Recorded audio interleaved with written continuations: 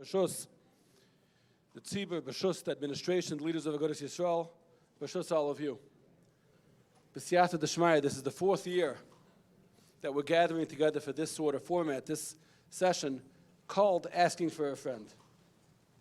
Originally, the title of this session, Asking for a Friend, was meant because it had a mashmayis, a connotation. Asking for a friend means questions that people have that they're sort of embarrassed maybe to ask for themselves. They can't articulate it, doesn't pass. So I'm asking for a friend. It's not my question, it's somebody else's question. Originally, that was the clever title given to this session. I want to suggest maybe a chiddush tonight in the name Asking for a Friend. Chazal tell us that Talmidei Chachamim kruyim chaverim. A chaver means a Talmid Chacham. A Talmid Chacham is the greatest friend you'll ever have. Talmidei Chachamim live in a world of complete harmony, of perfection, where there's a flow of ahava, of chiba, of reyes. Of Nachman Breslov famously says that halacha is Rashi Tevis, hariu l'Hashem kol ha'aretz. They create, in the world of halacha, every spoon, every leaf, and every person has a din, has a place. It creates reyes, hariu l'Hashem kol ha'aretz.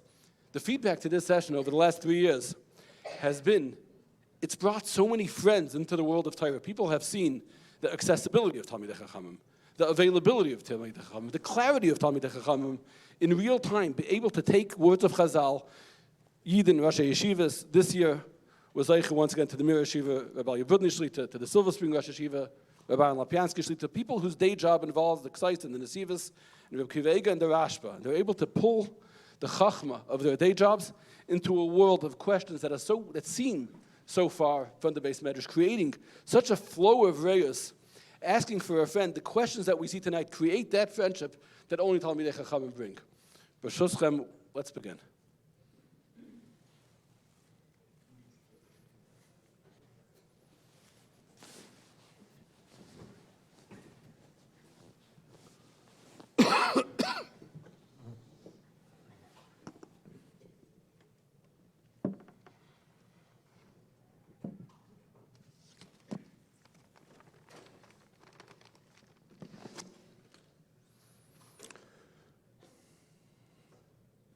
I am a parent.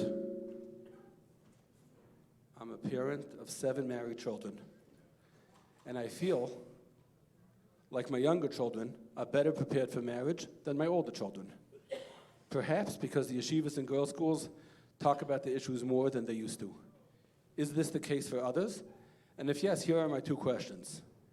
If there is one thing we should stop doing that would improve our marriages, what should we stop doing? And if there's one thing we should start doing, what is it? That's the question. Start with the Mir Yeshiva. Who should stop and who should start?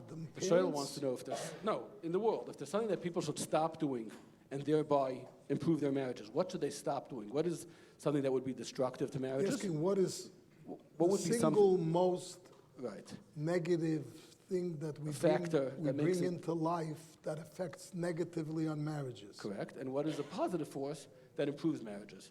And then the first part of the Shaila was about the evolution of how... In clinical work, there's today a terminology called narcissism. It's a disorder. Narcissism used to be called egotism. In Gemara Loshen or in Chazal Loshen, it's excessive havas atzmai, a person that's excessively involved with himself and doesn't really feel outside his personal needs and wants. Now, fundamentally, it's not a clinical thing, narcissism. Simcha Zisa from Kelm, early in the Chachma Musar, describes it very harshly. He brings the Gemara, Ezu Avodah Zarah, Lo Yiyah B'cha El Zar. A person should not have within himself an Avodah Zarah, and that Avodah Zarah is Avodah Zarah Shv'toich Liboy Shel Adam. And he says that's alluding to Havas Atzmai. The Maimar over there is called Genus, the ugliness of avas atzmai. And he says, and this is what in the clinical world is known, he writes there, as egoismus. I imagine that's maybe a Latin or a Greek, where it has its oranges. So, if we think about it, a person is born, a child, an infant, is an egoist. It's only about themselves. They yell for hours, and they don't have any regard that who their yelling is affecting. They're always demanding. That's how a person was born. Yetzer Adam Ra Misheninar Lotzeis Mi Bet Animoy. From the moment that the child is born, all these negative needs. But as maturity sets in and as you grow, and fundamentally you figure out Chochmas HaChaim, the ways of the world, it's not going to work. A child should figure out that it's not going to work. Me is not going to work. Maybe they need some goading, they need some coaching, they need some training. And this has been the way people grew up normal over the ages. The chinuch of a Yiddish shtub was conducive to that. We were living in a society, maybe many decades ago already, we were in the me generation. Those are not just cliches. It's a way of life. It's a world of me. It's a world of me, of not cheshbening where that me leads anything besides my immediate need. I'm a politician. I need a bump in the polls. What is it on a practical level for a marriage? So going into marriage, Rav Dessler writes in Kuntras HaChesed that when a couple comes to me for advice for Shalom Bayis, I tell them, if you want a recipe for sustainable Shalom Bayis, if you're going to be busy thinking about her needs and how to meet them satisfactorily, and you're going to be thinking and worrying about his needs and how to meet them satisfactorily, it's going to be ahava v'yachva shalom v'reyos. The minute you're going to be wondering if your needs are met, and you're going to be wondering if your needs are met, you've passed the line where this marriage could bring bliss and happiness. And that is a tremendous problem. You're making your first chasana now. You're a youngster. Sruly, I'm sorry. I'm serious. You're young and innocent. But that is a churban ador. It's a churban ador. Rosh Hashiva, I assume that the shayla who asked the question understands that people have to learn Musar and less ego. This is They're not, asking you a more can't practical fight question. this with Musar. If this clinical world is calling it a clinical disorder, means that Musar isn't working. There's something before Musar, chinuch, avekstellen, concepts when the child is young. And more important, the child has to grow up in a home that's not narcissistic. So the Shiva saying we have So to when I'm raise- wondering what happened in this home, that when they started having bumps with their older kids, maybe they went to a Rav. And maybe the Rav taught them a little bit facts of life. So the younger kids already benefited from that steigi. So then, let's move over to the Soul Spring Rosh Hashiva a minute. And I don't know I think there are certain things, al pi derech hateva, that HaKadosh Baruch Hu made a certain teva. When we do better than it, quote unquote, we need to understand that we're missing something. Darka shel olam was like the Rambam said. A person took on responsibility of life in a certain order. Parnasa, Bayis, and Isha, because it was understood as an axiomatic that getting married is assumption of responsibility. It's not a collateral damage of a marriage, it's the tachlis. Toiv legeve kisa oil bin urav, the person becomes an achroi. We would not have bnei toyrah if they would have to start working the day they get married or shortly thereafter. And ashreinu, that we have the means and the attitude that we're able to sit and learn. But somewhere along the line, it sort of short-circuited the process. And if you listen to the words, I hope I get a good shidduch. I hope I get a good shidduch. A shidduch is something you get. You get money, you get yichus, you get this, you get that. And so it's kilu, this is the schar for my being a good bacha, is that now it's sort of retirement. It's kind of, I worked hard, I learned well, I got a good shidduch, and now I have a good matzav. I think if people understood the assumption of Achrayus, if Baruch Hashem, our children are zeicha, that we're able to keep them learning for years, but the assumption of Achrayus should be theirs. In other words, I'm achrei to keep a budget, I'm achrei to know what's going, what's out, I'm achrei to know at what point am I playing with fire. It's not me against my wife, and she was mean today, I was mean yesterday, and so on. A man takes achrayus. Toiv legevek yisa ol ben urav. Reb Chaim Shmulevitz had a shmooze about, it's called Malchus, that Malchus is achrayus. Yehuda stepped over to achrayus. So we would say to somebody, this is the next stage in life when you're beginning to take achrayus. Even somebody, a younger, and it takes a certain chokhmah because circumstances are different, that I'm now responsible. I'm responsible for the finance of my house. Even if I'm zeicha, that Baruch Hashem, I have a matzav of Shevet Levi, but somewhere along the line, I need to feel the responsibility of it. It needs to weigh on my shoulders. I need to feel responsible I need to understand I will be responsible for my wife's feelings, for the mood, for the setting.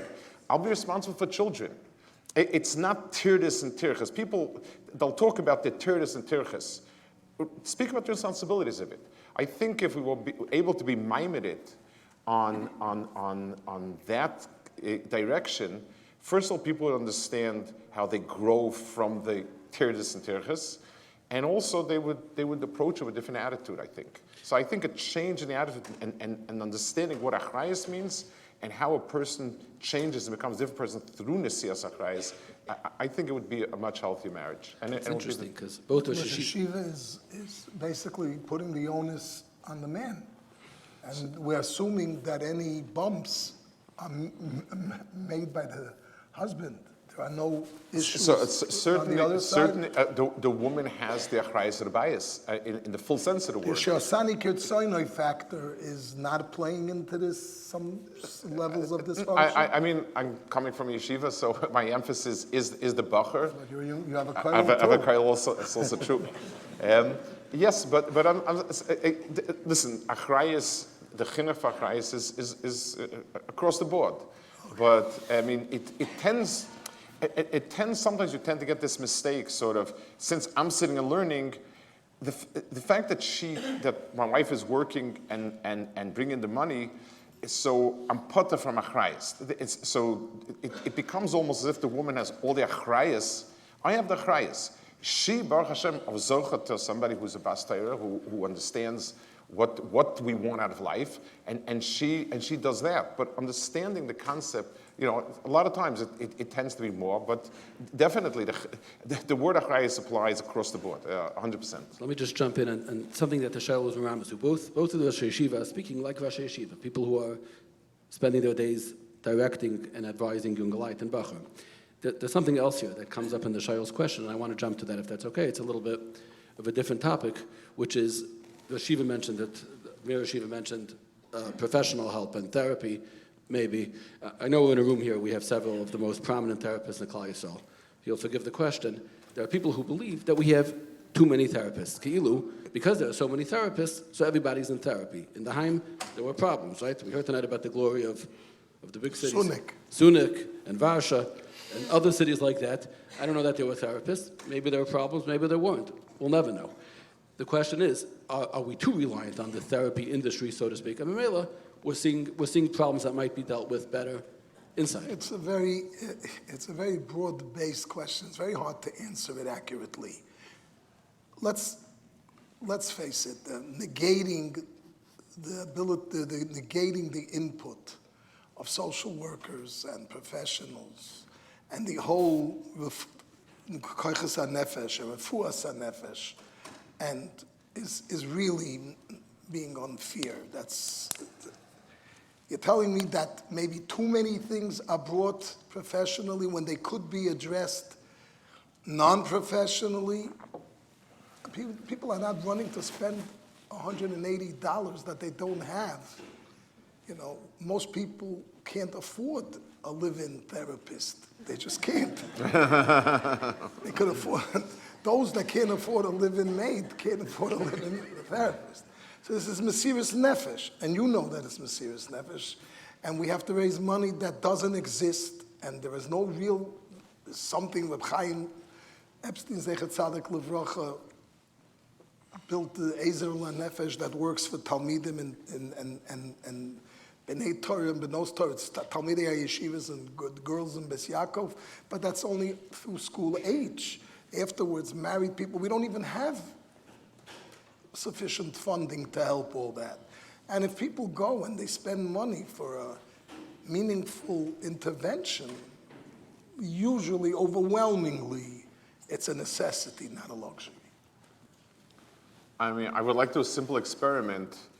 Who should do it non-professionally? Rab Brudny, who is a professional, but I mean, tachlis. So it should come to the Rav, and no time, a therapist will be spending. So let's say the therapist is nothing but a nice, kind, understanding person. But the hours he spends with it is necessary. Yeah. So who do you want to put that burden on? Tachlis, people need it, and so it's like people say, you know, because there were no doctors, and old people didn't get sick. People died, and that's why they didn't get sick. So Baruch Hashem, we definitely see.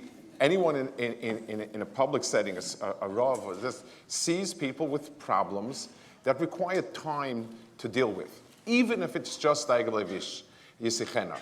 And certainly someone who has experience, and certainly Einena Royas, the type of problems and issues are not easily solvable with an Eitz HaToivah. So HaKadosh Baruch Hu gave us matana, he gave us understanding. I always say over, Reb Zelig Epstein told me, once I was just dealing with some serious issue, and my wife asked him, so what happened to Mo? What happened to something like that in the old days?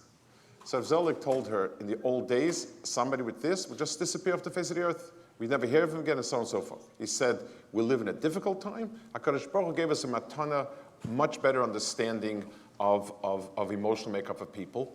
Use it. Okay. Yeah. It's a miracle. And, you know, many clinicians went into the career not necessarily to save the world, because they needed parnasa. This is a good malacha nikiya v'kala for a hartzika yid or a hartzika woman. But the Eibishter, he had a machshava that's higher than their machshava. He prepared an army of people that are able to intervene. Many of the tzaras that we have in our generation, both with people that are young, teenagers, older people, young, and it's a necessity. It's wrong. I really believe it's wrong to blame the messenger. Let's move on. As a mother of a daughter in Shidduchim and a Beis Yaakov high school teacher for over 20 years, I'm dismayed at the common practice of asking for a girl's picture during the wedding of a shidduch. It's become a standard line I hear often that a mother won't look at a resume without a picture. How is it possible that we spend 13 years teaching our daughters that nothing is more important than what's inside, and as soon as they're back from seminary, we change our tune? Again, the mother that sent her to seminary isn't the one that's asking for the picture. The question the mother was that sent the boy to yeshiva is asking for the picture. What do you want from the mother that sent her to seminary? What does that mother tell her daughters? I imagine if she's calling Sruly Besser to complain, so she doesn't hold for me. The mother of the boy tells her daughters too. There's nothing more important than what's inside. But well, let me tell you, the bottom line is we could say deis, and of course it's oilanu that's what we're holding today. That we can't get up and go in a car like the unsere Mamesam getan. Our generations, Neshois Chayil did it. If you wanted to check out a girl, if she's appropriate, her appropriate appearance for your son, so you got into a car or you figured out, where you should see where she works and go by and wait outside when she comes out from school. Teretz is today's generation that everything is in 2 minutes.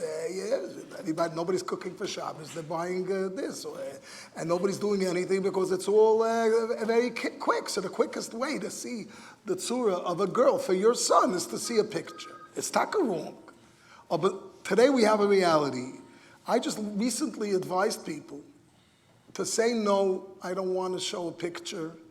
I believe is going to hurt shidduchim, and you can't judge these people that are doing it because it became already a certain level of a norm. But I suggested to people, you offer them that you will bring a picture or you will send a picture to a relative to their house. You'll send a picture to the home of the boy. Let them look at the picture. The mother, if she wants her son to see the picture, but retrieve the picture. Don't leave your kol kavuda bas melech penima's picture out there. So the Yeshiva is saying it's not a corruption of tznius, it's just a corruption of a convenient generation that wants to. I think it's coming really, avada, balancing, being matriach against the feelings for the tznius and the kavuda bas melech penima of a Yiddish tochter. If to you it's more important to save time and to take it easy and to relax and to spend more money and more time doing what you have to do, then obviously your chashivas for tznius or for the dignity of a Bas Yisrael is weak. Of course it's that, but I believe the fundamental thing is that everything has to be, mechanical, quick. The Silver Spring Yeshiva agrees? What? I mean, I'm not as practical as R Brudny. R Brudny lives it. I mean, it's a different world. I think it's terrible. And I have a nakuda.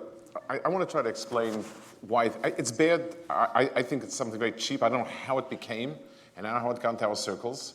Obviously, I've been asked once or twice by us, it's not really relevant. But here, what I'm going to tell somebody, you should be different, everybody else not get a shidduch. I understand that. I want to give a certain nakuda about this. You find many times people that are popular, and you ask them why. You ask people why, and sometimes it's the chitzonius. Sometimes personality, everything, the whole person together. We assume that that's when a ben toyrah is looking that a woman should be noisechein, and she's supposed to be a noisechein beinov. You assume when you see a person, the whole person together is noisechein. A picture is the klipa chitzonius of the chitzonius. It's mamash. Excuse me for saying it. The body. That's it. And if that makes the difference to you, then we've really gone to a very low point. I understand. I meet a person, not particularly attracted to a person. It doesn't make a difference why, what, or when. But just looking at a picture, so that means it just the hair has to be right color or the right length. That's where we're gone to. To me, it's a big. I don't know. It's a. It could be the Mahadir on the Gemara about toyrah. In the Yerushalayim, I used to buy golden glasses to go out with. So they said it's a hidden mitzvah of Yerena, that they should be with gold, the glass should be gold. So that's true. If the Rosh Yeshiva's Talmidim would ask, any of the Rosh Yeshiva, should we ask for a picture? The Rosh Yeshiva would say no. 100%. 100%. No way. I would be very forceful and discouraging if a bacher would ask me, or a mother of a bacher. On the other hand, but when the girl's mother asks, I can't say them to draw a line in the sand, because we're living in a reality that's unfortunately not what it was 5 years ago. I'm going to move on to another question. Every day, it seems, we hear about a newly uncovered skula. My father benched from a bencher his whole life for 60 years and never had parnasa, never became wealthy, and always struggled. How are we to understand this? The person asks. Are these skulas true? Isn't someone who the Rebbeinu Shalom wants to have wealth going to have wealth, whether or not he follows whatever that advice is? How does that work? The skula is to be wealthy or to have parnasa? No. The shayl who asks is anonymous to me, says that his father never had not wealth and not parnasa. What do you mean never had parnasa? He's 60 years. I mean, he's Baruch Hashem. He lived. He didn't die of hunger. Depends what you call parnasa. If he needed a third car, da wissen sie, der Eibishter could be Paskin, das heißt nicht Parnasse. He needed a summer home and a winter home and a third home in Boca. Maybe the Eibishter didn't know that that's considered Parnasse. We don't know what this boy's father or this girl's father was like. But if it's a school, it's a school. If it's a school, it's a school. And what should be our attitude towards schools and relying on schools? Relying? We only rely on the Eibishter. I mean, the Rambam says by the Issa being loichish ala makkah, he says is that he takes the toyrah and makes it into refuas haguf, not refuas hanefesh. The problem with this process, there was a yid, a very chashuv yid, Rabbi Yosef Lissachar Nevracha. Altamira, he was a very special person. So he used to have a shalom, he had a mashal, he had a story that once a grubber guy, looked like a balagola, came into Beis Medrash. And those days for him were expensive and so on, so he calls over a gabbai, the shamish, and he says, I want a Gemara. Looks at him, face, doesn't look like, okay, brings a Gemara, says, name with a rif. He wants a big, thick Gemara with a rif. Okay, brings him a Bab Metzia with a rif. He wants a Bab Basra also, and a Bab Kama with the rif. It's a hidden guy, and I mean, this person looks like a balagola, and a yid dafam all drei bavas together. He obviously didn't learn Beis Talmud, because then he would only need like a blot or two. He obviously was a different. Kitzah, he's very satisfied. He takes all three Gemaras. He stands up on top of one, and he had hidden on one of the shelves on top a bag with cheese and bread, and he pulled it down. That was his mashal. In other words, the Gemara is a chetimtza for the bread and cheese. So the pshat is like this. A yid came and told me, he's doing this and this as a schooler. This is mitzvah as a schooler. So the pshat is that's what the Rambam means. The ganze toyrah was given for this, or the other thing. So it's an occasional thing once in a while. This, that. They said over Shem Chaim Kanievsky, someone complained about the advertisements with all the stuff. And he said, this is a get of koifen al tzedakah. That's what I heard. I don't know if it's true or not. But the chinuch becomes that the reason why we do it is so basically all of Torah, the question is, what school is this? What school is this? What school is this? I was a young man. I'd come home to visit my father, wasn't well.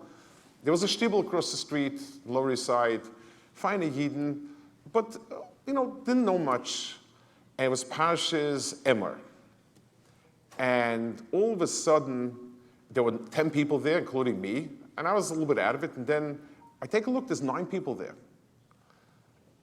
And no kohen.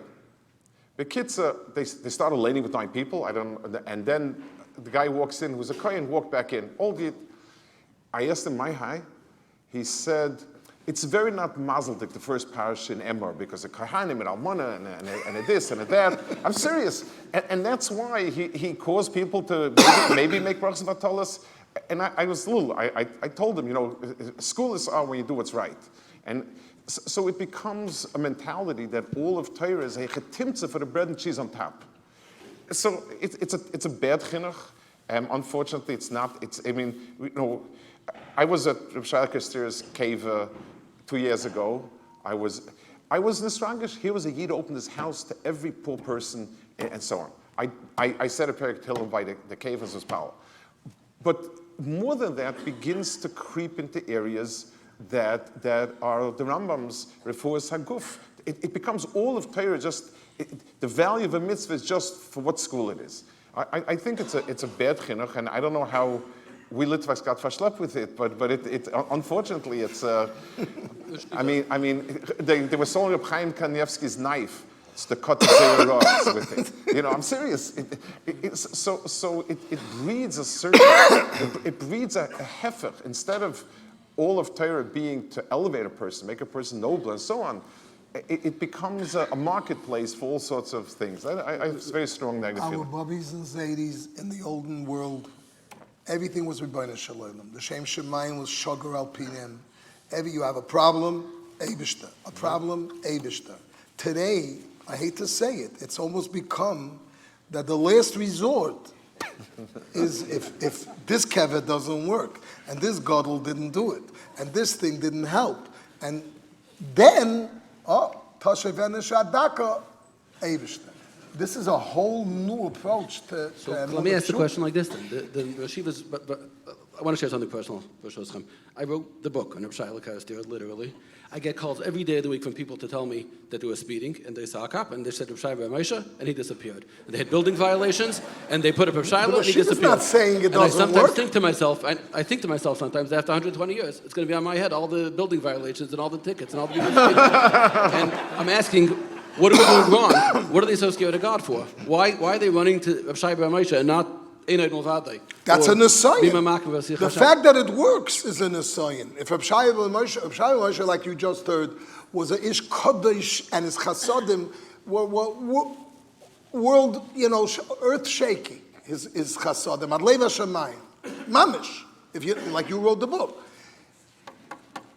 But l'mais, it's an assignment that we even the God Ladon, the Ramashal B'nei Kol B'nei Agoyim of Chaim, people are using him. I hate to use the word, but almost in the life. Chaim, I'm not saying the Gemara says Mishish l'chayla b'teich beisoy yetzel eitzel chacham. What should the chacham do? V'yavakesh olav rachman. That means you don't hold your role to talk to the Eibishter, so you go to a chacham and he should intercede for you by the Rebbeinu. Why is it like that? Why do they have an easier time saying that than saying that? That's my question. What are we doing wrong? That they have an easier time believing in the school? We're doing wrong. I'm not saying not all of us in this room are people running around from Kvarim to Zgulas. It's not true. Some people say very cynically that the industry, the travel agent industry, and made this whole thing and made all these yard sites and created this whole thing, and that what they call in English laughing all the way to the bank. Some people say that. I wonder, a Yid who had a difficult time, did he ever say, Reb Shai Lakastir's school is, I'll open my home to people that I emulate. Emulate. Did somebody say, I'll take Reb Chaim Kanievsky's Asmada for 10 minutes, for 15 minutes? The terrace is a shortcut, and it smells of the other stuff, of chitzonius. That's very beautiful. Maybe a little bit of a. They tell there's a story. Two of the Chernobyl Einiklach. I don't remember which one is which. That I'm not chassid enough for that. But two of the Chernobyl Einiklach. One of them was known as a Baal Yeshuas, and the other one said a regular track record. So the one with the regular track record asked the other one, how do you do it? You have such unnatural tzur of Yeshuas. So he told him, I'll tell you the difference between me and you. When a Yid comes to you with a tzara, you makabel panim, and you listen to him, and you say this for him, and you say that for him, this and that, and so on and so forth. When it comes to me, I don't give him an appointment. It takes him 2 weeks to get in. When I come in, I don't look at him. And then I mumble something just kind of indiscriminate. He walks out, he says, I've had it with Rabbis. Only you, and that's it. So he said, that's why it's so, it helps. The eyes of yidden and chutzlars have always been directed to Eretz Yisrael. That's always been the way it's been. And there's often been strange times in Eretz Yisrael and tumultuous times in Eretz Yisrael. It seems like there's never been a stranger time than now, even politically. You look what's going on in Eretz Yisrael, you can scratch your head and wonder. The confusion has never been bigger on both sides. What is the perspective of Ben toyrah living in America towards the matzav in Eretz Yisrael in general? Perspective meaning how are we supposed to understand what are we supposed to think about the fact what's going on with the government? That it's just the weirdest thing in the world. They're not able to form a government. The insanity. It's like some third world country. The insanity of the Chiloini world in Eretz Yisrael. We're literally in a matzav of Se Achas Ben Shivim Ze'evim. Literally, like the Gemara says in Yuma. Just went through 450 missiles in the south. We're living on a dynamite keg in the north.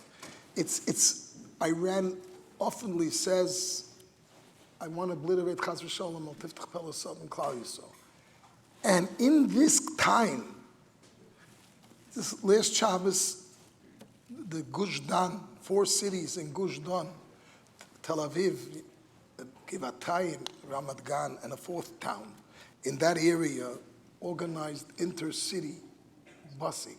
It's against the law, and they found a loophole that they don't charge money. And it was Rahman al-Islam so successful last week, that this week they're expanding it. They're having more buses.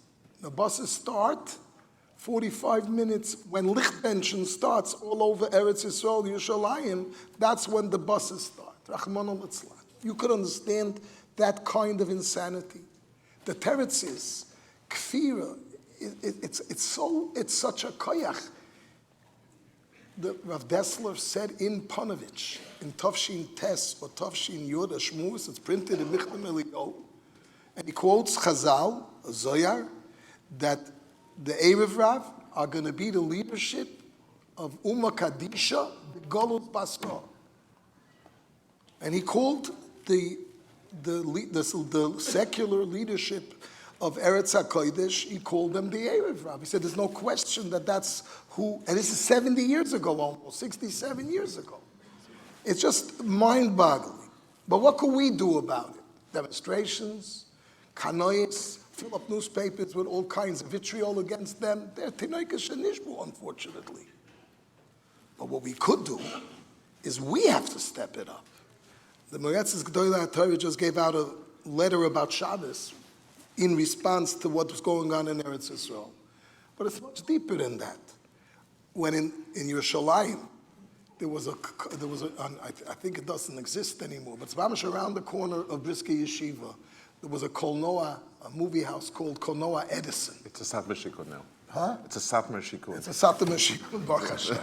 Baruch Matzav Gemula Almana. Yeah, they built a Satmar Shikun. So they used to have their Chil Shabbos, I think, and they used to have terrible things over there on Friday night, way back.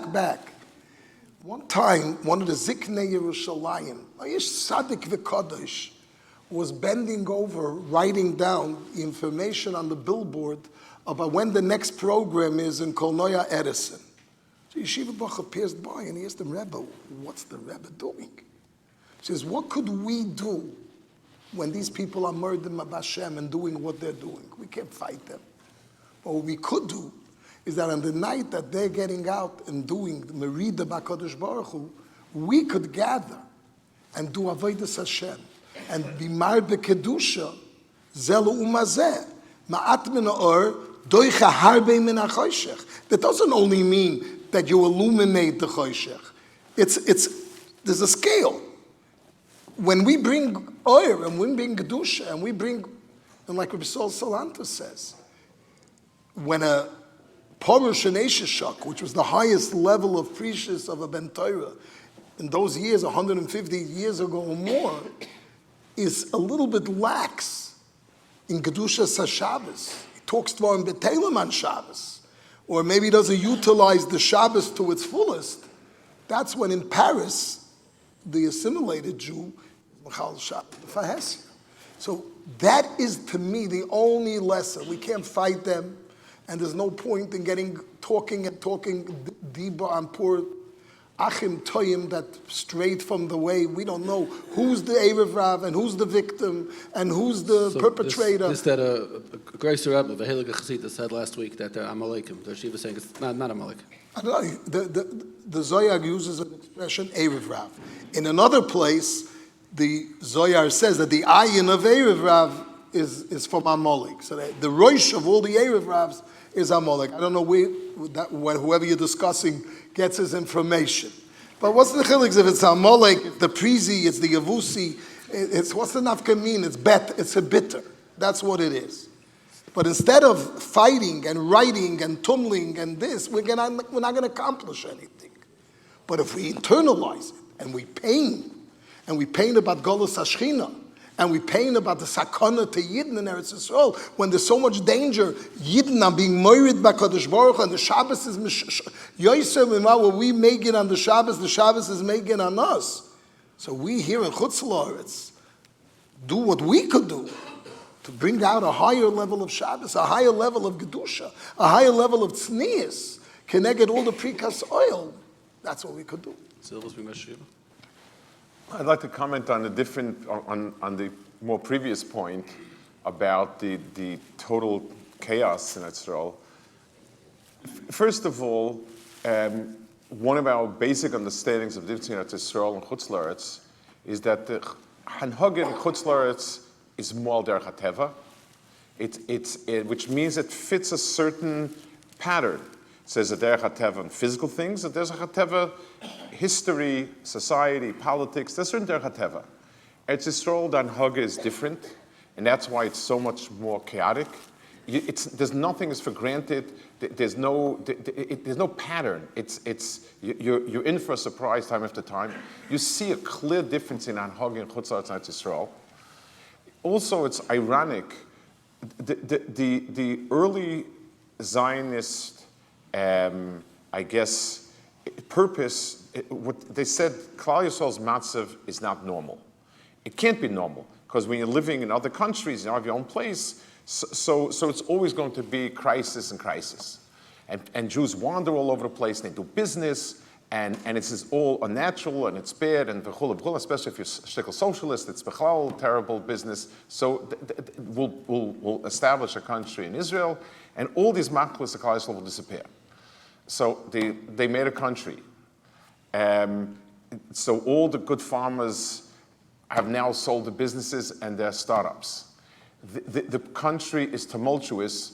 The great things, they've done big accomplishments, but nachal menucha a term that doesn't fit it. And the Jews wander as much as before. There are more Israelis. Every time a plane crashes from Kathmandu to someplace else, יש ישראלים, אין ישראלים, משרד החוץ דיווחו שכנראה שאין ישראלים. Why would there be an Israeli on a flight to New Zealand to New Guinea? There is. What happened? The teretz is, V'zereschem bein ha'amim is a matbeya, HaKadosh Baruch Hu was matbeya on Klal Yisrael, and as gullus. And even if you bring them together, it doesn't have a sticking power.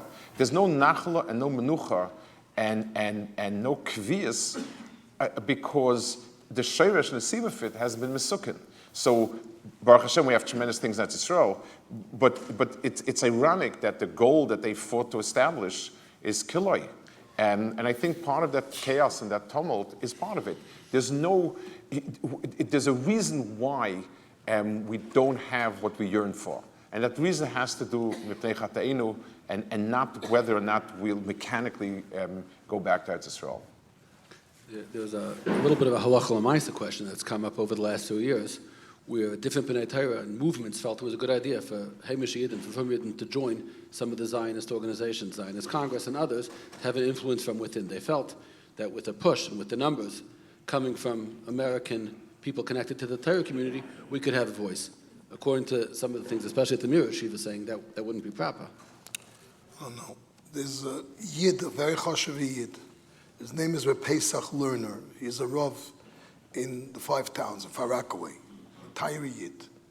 And he was him with Dr. Lebovich in California, they were the initiators of this famous thing together with the Moshe Sherer, Noch Chayer Moshe Sherer, called Am Echad. When the reform movement drove many of the precursors in Eretz Yisrael with their money. They have limitless money, the reform movement. And all the problems, the kaisel is today a problem, and mixed marriages is a problem, and giyur shaloi ka'halacha is a problem. And these guys were doing it. This Pesach learner came up with an idea that let's infiltrate them mibefnim. They don't have any, but if we could get voices in their organization that makes them accountable to those voices, it's not that level of afkeris. You're talking millions of dollars that's being allocated to Merida Bashem and to Prika Soil and to Redifa Sadas. Maybe this could make a difference. So the Moetzes Gdolei HaTorah took it up on their request, and they said that since Agudah Yisrael was based on Agudah Yisrael is the reason that it existed lechatchila is to fight the secular Zionist movement. And anything about Eretz Yisrael that's Agudah based is toyrah and nothing secular. And we view the organized government in the Holy Land as something that we have to live with, but not something that we would have chosen for ourselves. So in Mela, an official connection between anything that has a shaykhus to the organization of Agudah Yisrael with this plan, they felt not advisable. But having said that, they were okay with private yidden, Yereim Ushleimim, who are not officially associated with the movement of Agudah Yisrael in any organized capacity as an officer, as a lay officer, or something like that. They held that it's a good zach. And Memela, lichbaish oisam mi mifnim. That is the issue of, so he wants to present a slate. They're running for this Jewish agency or whatever they're running for every certain amount of years. I think this February there's another election. And it's all done online and everything. So he will have a slate of yidden, mishalonu, that their job is to get elected. And Mela, the organizers of the organization, the heads of the organization, find themselves with 25% or 30% of their membership, Orthodox or Erlich Yidden. That's something that they won't be able to even legally ignore, and that may have a tremendous influence on avoiding Zerus in Eretz Yisrael. But that doesn't mean that we're talking about Ischabros. There's not more Ischabros than our Gedolim sanctioning our people being part of the Israeli governmental system. Rav Shach allowed Agudah Yisrael of that time and Degel HaTorah today with Agudah Yisrael of being in the government on some level. The Silver Spring Yeshiva has any thoughts on this? Yeah, I mean, Agudah traditionally tread a path. They pick, in other words, when is the schar way over the hefsid, and the fee that. No, it was not an ideological coalition. It was tachlis. At this point, we can do a lot more for Yiddishkeit by joining, and so case by case. That's what you have achrov gadol. I have an interview with a school coming up, and a friend suggested that I wear a different pair of shoes than I normally do, and my brim down, and my wife's friends are offering her similar suggestions. Can we dress the part to enable our child to be accepted to the Maisid, which we feel best for him? So this woman or this man is really couple. Asking you a shaila in Hilchas Genevas Das.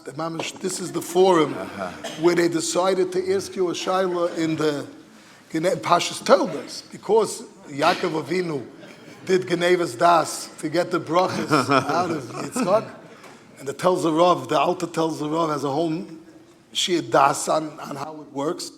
So he rather says that it wasn't Genevas Das, because when Yitzchak's Das was wrong, so there's no issue of Genevas Das. So it was only Sheker. So Mamela he said, Anoichi Esav b'chayrecha. So he's the, what's it called, the Shir Das from the Alta tells the Rav. But they're not writing into Sruly Besser to ask him a shaila and Hilchas Genevas Das. What they're really doing is going back to the coffee room or wherever the chat and to tell you again, tinus by implication against the Moizdes HaChinuch that sets standards. And I don't find anything offensive by a Moizdes HaChinuch setting standards. If you want us and you want to come to us, so sit down as a couple and decide what's more important, getting for your child the best kind of chinuch, which only is available to parents that are willing to go the extra mile in Avodas Hashem. No, I want to do things my way, but I want my kid to be in a yeshiva or in a Beis Yaakov. I don't hear what they're. Can I try to defend them? It's an anonymous shayla. You really hold that they mean l'shem shemayim Hilchas Genevas Das? They don't have a rav, and they had nobody as the shayla, so Sruly Besser was the venue. I live in Montreal, where they ask you for your kids in the chadarim. It's not. So we don't have to dress up for interviews. But he's asking a shayla here. Maybe what he's really saying is like this: this maisid, which has high standards of how you have to look and dress. By the way, that's called high standards. Which has standards. That a mother has to dress tznius is called high standards.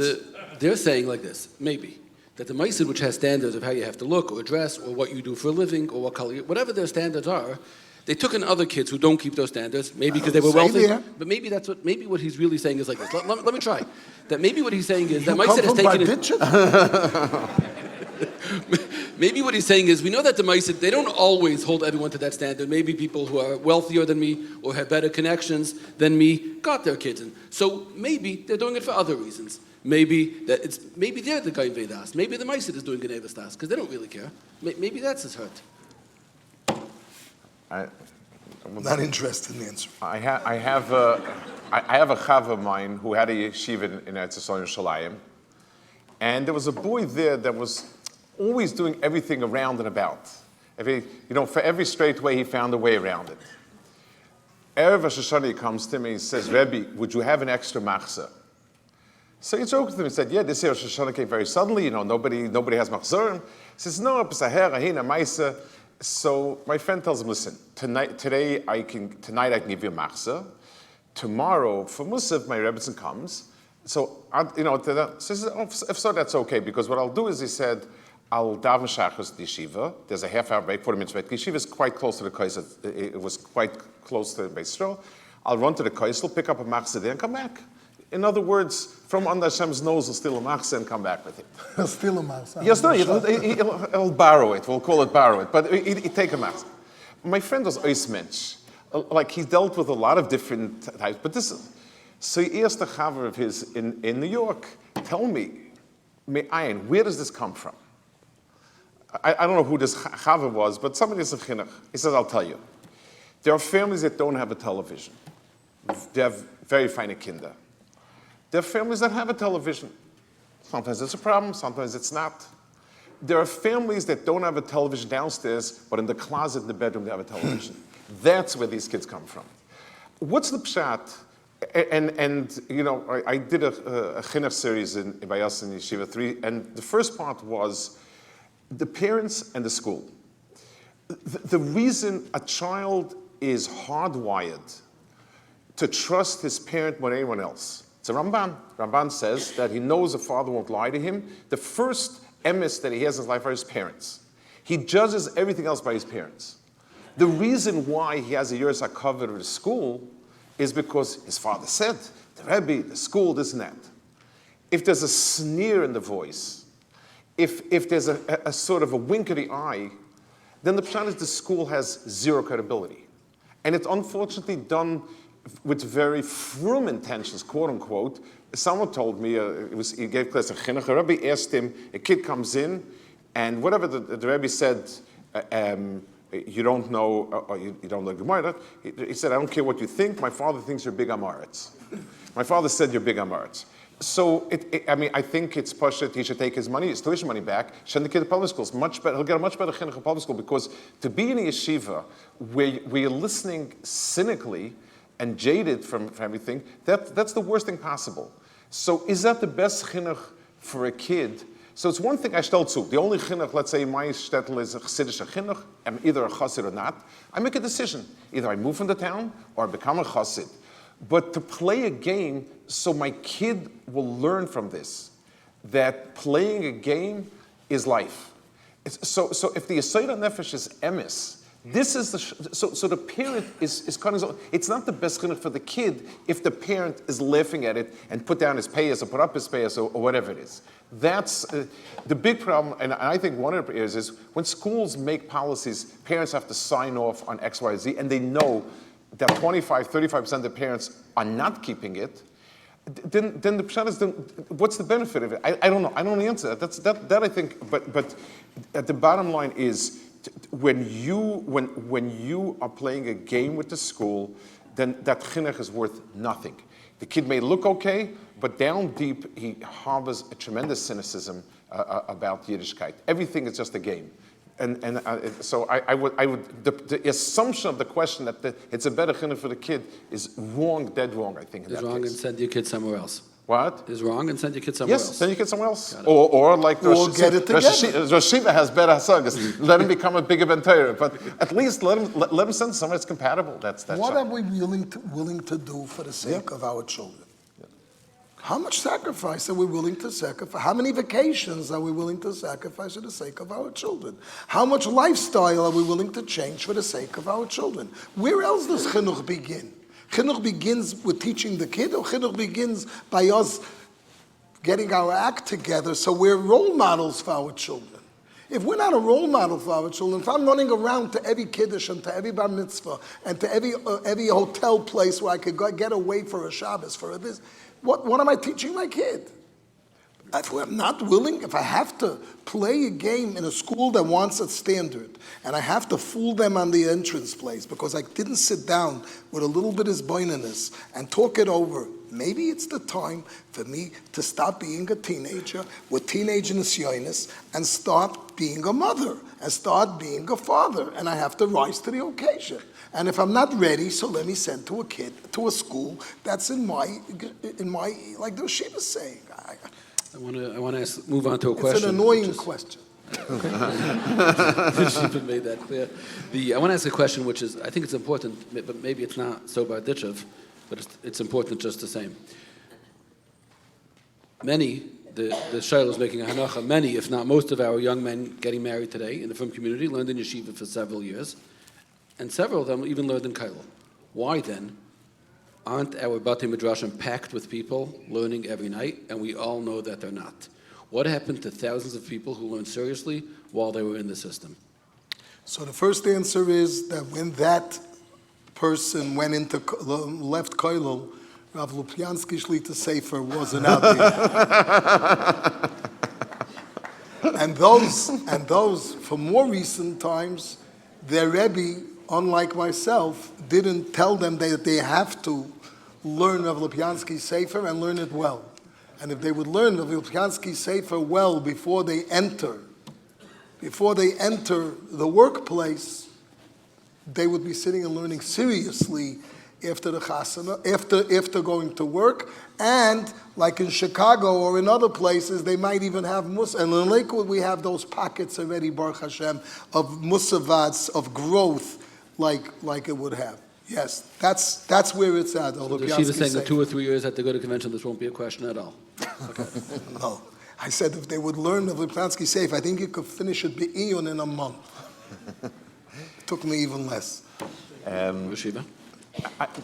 I think the problem is, the core problem is translating one ruchnistic world for the other. I mean, that's the theme of the book, but the point is, the Rutzen is there. The English title of the book. What? The English title. Yeah, the Torah for life. So a person's only tzura of ruchnistic metzias is learning serious as a young man. He comes to this a situation which is very different. He's tzishmeted in a certain sense. So there's a certain emotional letdown, which takes the air out of continuing, which that's one point. And the second one is, Be'ezus Hashem, if there'll be dugmos of a tzibur that has that. You talk to people who are Oberländer, or unfortunately it's a died breed, but the Oberländer were yidden who were Anshemaisa, but very, very stark involved. Yodei Sefer and Loim Toyrah and Diktuk mitzvahs. They had some of the features of Yakish Yidden and Hungarian Yidden, and so you had a tzura. Be'ezus Hashem, when we'll have tzuras of people that are mekayim that, it'll be easy to follow. There's no paradigm for it. So if a person comes and he says, yesterday I was linking 2 starim a day I was holding in Takva Kohen, and one said I was doing this, and now I have an hour, 2 hours. But when you begin to see Be'ezus Hashem, there'll be a tzibur growing up that will create a matz like that. Be'ezus Hashem, I think once we'll have a paradigm of it, and it'll become a chevri shoyeh yom chazak. Be'ezus Hashem, there'll be the changes. Just to add, the bnie in hara, it's true that your numbers are not inflated. I heard this from the Shiva of Yocham Olshin. The numbers are serious numbers. But this morning was a holiday, and I was in the shul. I finished davening, 9 o'clock.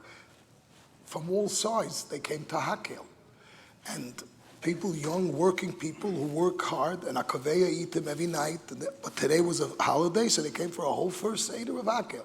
Sunday, I was by a dinner. I dropped in by a dinner of Agudah the Pirka. These are people. There is a big movement of sheine kviyasitim la toyrah all over. But we have people that are letting us down, that knew how to learn and learned with a certain level of geschmack, and as when they went to work, they threw it away. That has to be addressed. Even one is one too many. This is maybe a heavier question. There was a time when feminism and the feminist agenda wasn't that relevant to the Orthodox world. I work in a magazine, a Mishpacha, where we don't include pictures of women's faces. And I can tell you that every year we get more and more antagonism and pushback to that decision, hurt and confusion, from people connected to the toyrah world, people who are inside our tent, who send their kids to yeshivas and their daughters to Beis Yaakovs. We've seen this again and again, pushback to dinner ads featuring pictures of men, or men addressing women's events and not vice versa. However, most of these decisions are based on halacha, which delineates the role of men and women. Is what we're seeing based on the rise of liberal values in general society? Does it mean that we failed in conveying the glory of Bas Melech Pnima? Does it mean that we went too far with chumras and maybe have reason to reassess on a case-by-case basis? What is the position of the Rosh Yeshiva on Orthodox feminism? I'll just would be messiahing with a joke. Rosh Yeshiva said that in America things are much more orderly than in Eretz Yisrael. The political system, but the fact that the present president was elected over his competition in the last election is quite close to a nes nigla. Nobody expected it. Nobody foresaw it. Kemat. None of the pundits on the day that it happened said it's going to happen, and it happened. If the other party would have won, then Mishpacha would have had to put the picture of the new president on the cover. So the Rebbeinu Shalom, that's already like Ruchnius. And in Ruchnius, so the Rebbeinu Shalom didn't want Mishpacha to have the new president-elect a woman on the cover. So Eibishter voted that it's not a bad thing not to have ladies on the cover. It depends against whom he runs. If he goes against a woman, he's going to win again. I don't say, no. What's the answer to the question? It's very late. It's almost chatzos.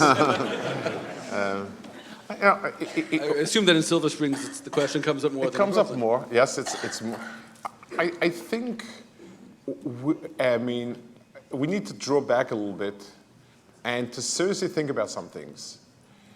The world, especially in the last year or two, the things that everyone knew beforehand have become talking about the movement of people describing how inappropriate men were, especially in position of power and so on and so forth. So you have this volcano exploding, and people come with tiniest to us. We're saying, listen, Akadosh Baruch Hu put a very strong tev in the Bria. The Torah gave gedarim. Whether pictures are halacha, not halacha, it's a gidrei tznius. And so whether it was bidyuk, this community is gidrei, it's not. L'maisa, the roiv binyan of Klal Yisrael, Shleim Emunah Yisrael. This is a gidrei tznius, not to have a picture of a woman laying around so that you stare or look. The musig of having that type of mitzias, I think the world is proving it more and more and more. I mean, everyone knows that the people that come forth, it's only because those people are famous, so it makes big newspapers. Everyone understands the reality. So we should be ashamed of ourselves. They've been treating them. I was once, many years ago, I was speaking to a boy in our community. He goes to the co-ed school. And a sincere bacher. Today he's a tremendous ben toyrah, is a mamish person. But B'shaita was part, and we were talking about co-ed education, this and that.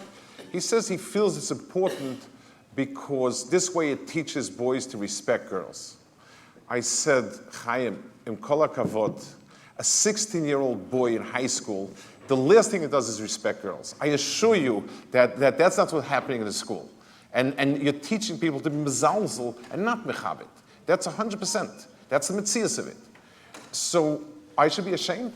Tell me in your progressive world, it's so different. So who has it right? We or you? And I think that's there are certain areas, halacha was kaveh that srara is a man's domain. Why? I don't know. I'm a Levi. I wash the hands of many Kohanim that I wonder why is he the Kohen, I'm the Levi. Because Hashem said, I'm the Levi and he's the Kohen. Poor R Brudny is Yisrael. He's Bechlal out of the picture. I don't know, but I'm a Levi. And It's good enough for my father. It's good enough for me. you know, so that's halacha, and I need to believe that that's the best way to run things.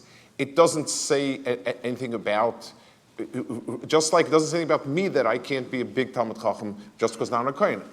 But in certain areas, this is it. So Srara, the Torah said. There are other areas where, case by case, you have a woman who is a Balas Kishrin. She has a real ability to create. That's ideal for. It needs thinking through. Is it just an ego thing, or is it be'emes like that?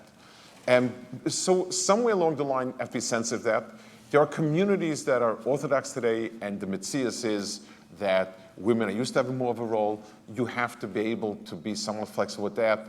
There are different areas that fall in between that need shikul hadas, and that's what Untitled is for, shikul hadas. But overall, the fact that we restrain ourselves and we have gidrei tznius, we should be ashamed. They should be ashamed. I don't understand something. You know, it's the Gdolim and the Tovim are all coming out with horrendous stuff. And that's the only reason, and everyone else knows it's not, it's an open secret. So we should be the one embarrassed. So we should be doubling down and standing proud. What? We should stand proud and say, let me explain something to you. Because we have these barriers, these red lines, we don't have those stories that you have. And if you have them, Rahman Atzan, occasionally, it's the one that we don't have this. And maybe that's the right thing to do. And, you know, and be proud of ourselves. Be proud of the difference in environment. Ask, you know, I mean, I know it's Pshitza, working in a frum environment and working in an environment over there, it's not even... I hate to say this, but this is probably scientifically fact. Take 100, what we call b'nei Torah types. Dafka in Koilo, working, whatever. But 100 b'nei, what we authentically consider b'nei Torah. And 100 non-b'nei Torah. What would you think? The women married to the 100 b'nei Torah and the women married to the 100 non-b'nei Torah, which are treated with more dignity, b'derech klal. I hate, if we would do this, if we would do a scientific assessment, it would stop the conversation in its tracks. B'nei Torah, by definition, now there are always exceptions, but then B'nei Torah, by definitions, will treat the woman in their lives with dignity, because they're B'nei Torah. There are exceptions. A non-Ben Torah doesn't even know from where to learn how to treat with dignity. Where did he learn? By him. And again, I'm not saying a koil younger man as opposed to a working person. I consider everybody in this room a Ben Torah. Everybody by Agudah convention came because they're B'nei Torah. So but a Ben Torah, 100 B'nei Torah's wives, and 100 non-B'nei Torah's wives, l'daiti, I don't think it's a suffix, that the overwhelming majority of the B'nei Torah's wife are treated with more dignity, by far, than the non-B'nei Torah's wife, and I'm willing for someone to try to disprove me. We're going to end off with this question. Before we ask the last question, I want to once again thank Agudah Yisrael for facilitating and hosting and enabling this kind of session, this format, for those who are here and those who are watching from other places. There has been a tremendous increase in anti-Semitism lately, like nothing we've seen in recent years. In Congress, in our own backyards, Jackson, Toms River, Ramapo, and across the country. What should be the response of a Ben Torah be? Just davening? Should we be engaging in a response across social media? Should we write letters to our elected officials? Should we look to move to Eretz Yisrael? Or should we lay low, keep quiet, and hope it passes? But isn't that what the yidden did in pre-war Germany? Right now, as we speak, l'daiti, a tremendous contributor to anti-Semitism are 3 Jewish politicians with Jewish names, Jewish faces, who are going after the sitting president of the United States. And it's not relevant what we feel and what we say about that president. but whatever, are there in the front of this battle against the president, without any gavul. One is the head of one committee, one is the head of another committee, one is a sitting senator of our state of New York. It's a bazoyan, it's a churban. Someone told me the other day that there's a website coming out of Florida of a gentleman, I forgot, that he said on his website, it's a Jew coup. He says the guy has 3 million followers on his website. It's no volume. But to me, that's only the me'oivayte chakmeini. These assimilated yidden that don't even know what a yid means. They don't even know what it bechalal means to be a yid. They're the message to us. Do we realize we're in Golus? Do we realize what Golus means? Do we realize that Golus means we're in a host country? And thank you for letting us in.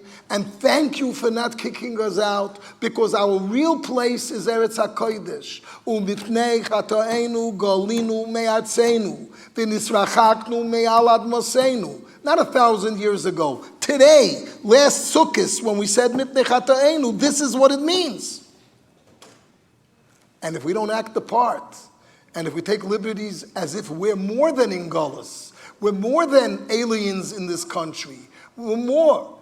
I said over, my oifruf, Reb Nosson, the Mashgiach of Lakewood, was my oifruf.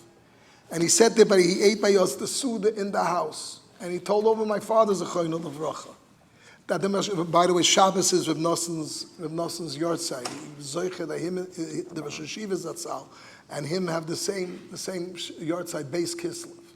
He told my father that the Mashgiach, Reb Yeruchim, said that we've gone out of Mitzrayim 3,300 years ago, and we still haven't unpacked our valises. He said it of Yiddish. "Mir noch nicht ausgepackt the chemedanes."